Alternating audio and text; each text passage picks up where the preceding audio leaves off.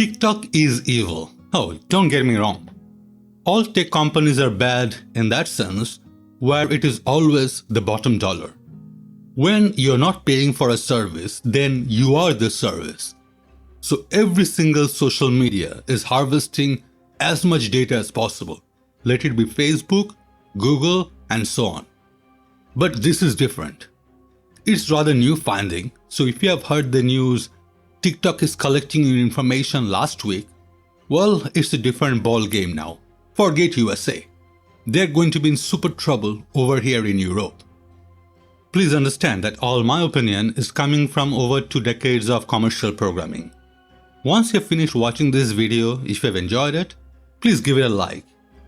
That being said, this whole shit show TikTok is about to get in is due to MAC address and GDPR, or General Data Protection Regulation in EU.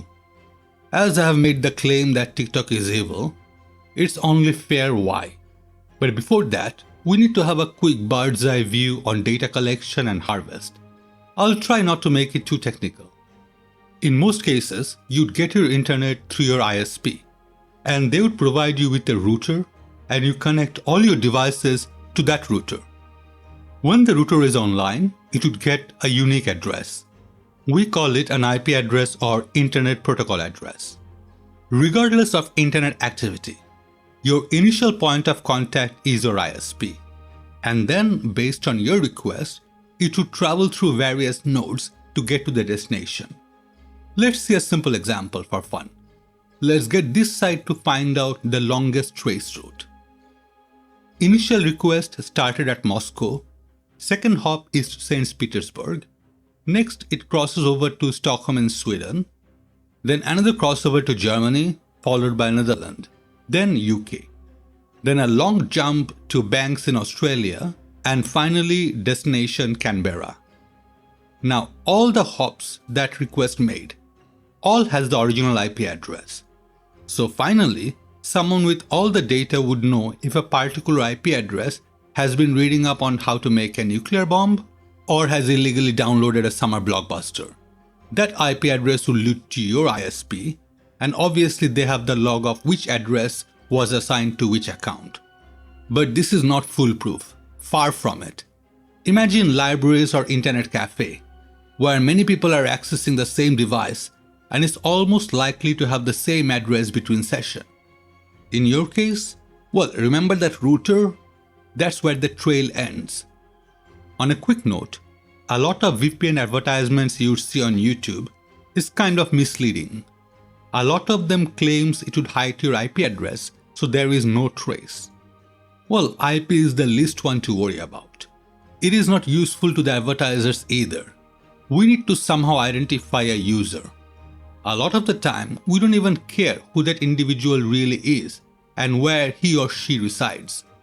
All we need is a unique identifier, so we can narrow it like user1234 has been reading up on games Cyberpunk 2020 and user 314 been reading up on pregnancy. That data is gold, only if somehow I can show them the correct suggestions, i.e. advertisements. Here you see how IP is even more irrelevant. Maybe some of your searches were on mobile bandwidth, where it's almost certain that you had a different IP address. You might have gone to your friend to discuss pregnancy and checked up on some articles. So how to solve this problem? Well, first there is something called cookie.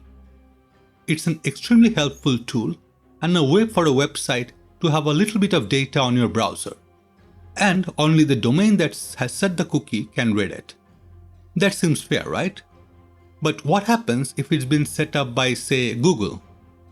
If you have any Google accounts for things like email, document, or maybe you use YouTube, perhaps you're using Google Chrome browser and using the sync feature. So obviously, with some coding, all the data from all the platforms can be consolidated. If you're viewing some reviews on YouTube, oh, by the way, I'm talking about normal use. I don't think regular people use this incognito mode. So next time you're on the Google search engine, they have the data to show you ads for that item you were looking at. Hopefully that was not too boring.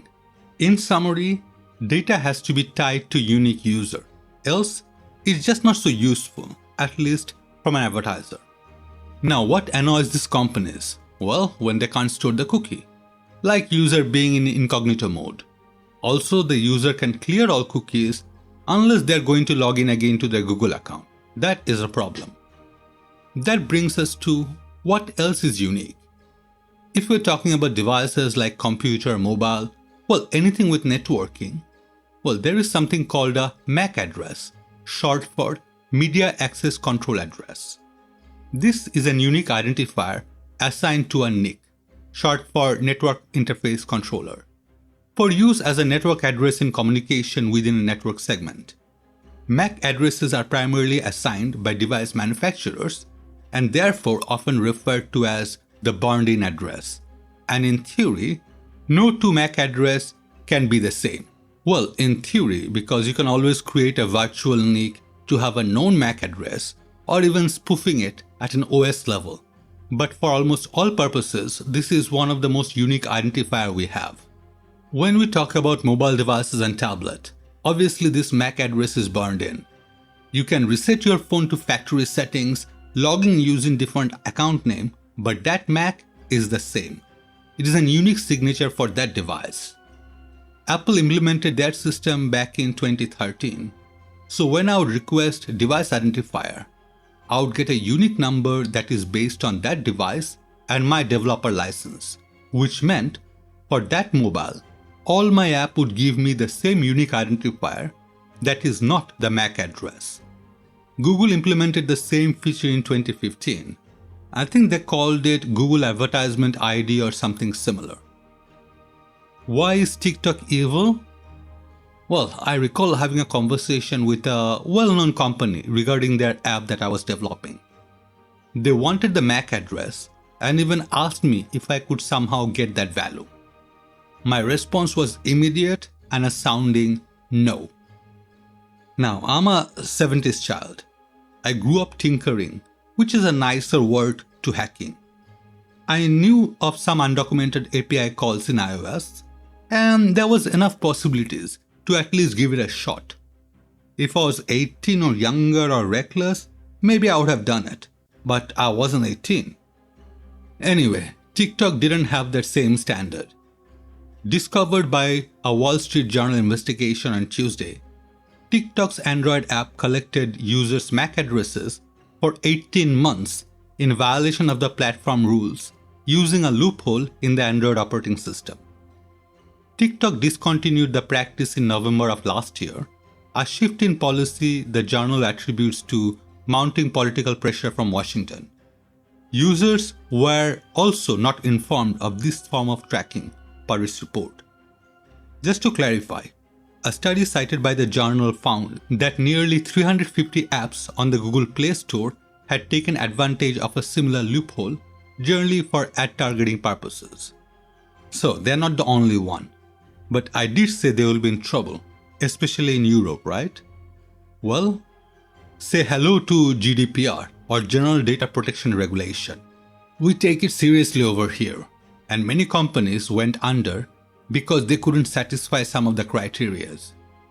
This includes not only what a company can collect, but also how they have to store it and to process it. Violators of the GDPR may be fined up to 20 million euro or up to 4% of the annual worldwide turnover of the preceding financial year in case of an enterprise, whichever is greater. The GDPR was adopted on 14th of April 2016 and became enforceable beginning 25th of May 2018. Now guess what? The MAC address is considered personal data in the GDPR. And since it is not anonymized immediately after the collection, it is subject to the GDPR rules. To start with, there were no consent.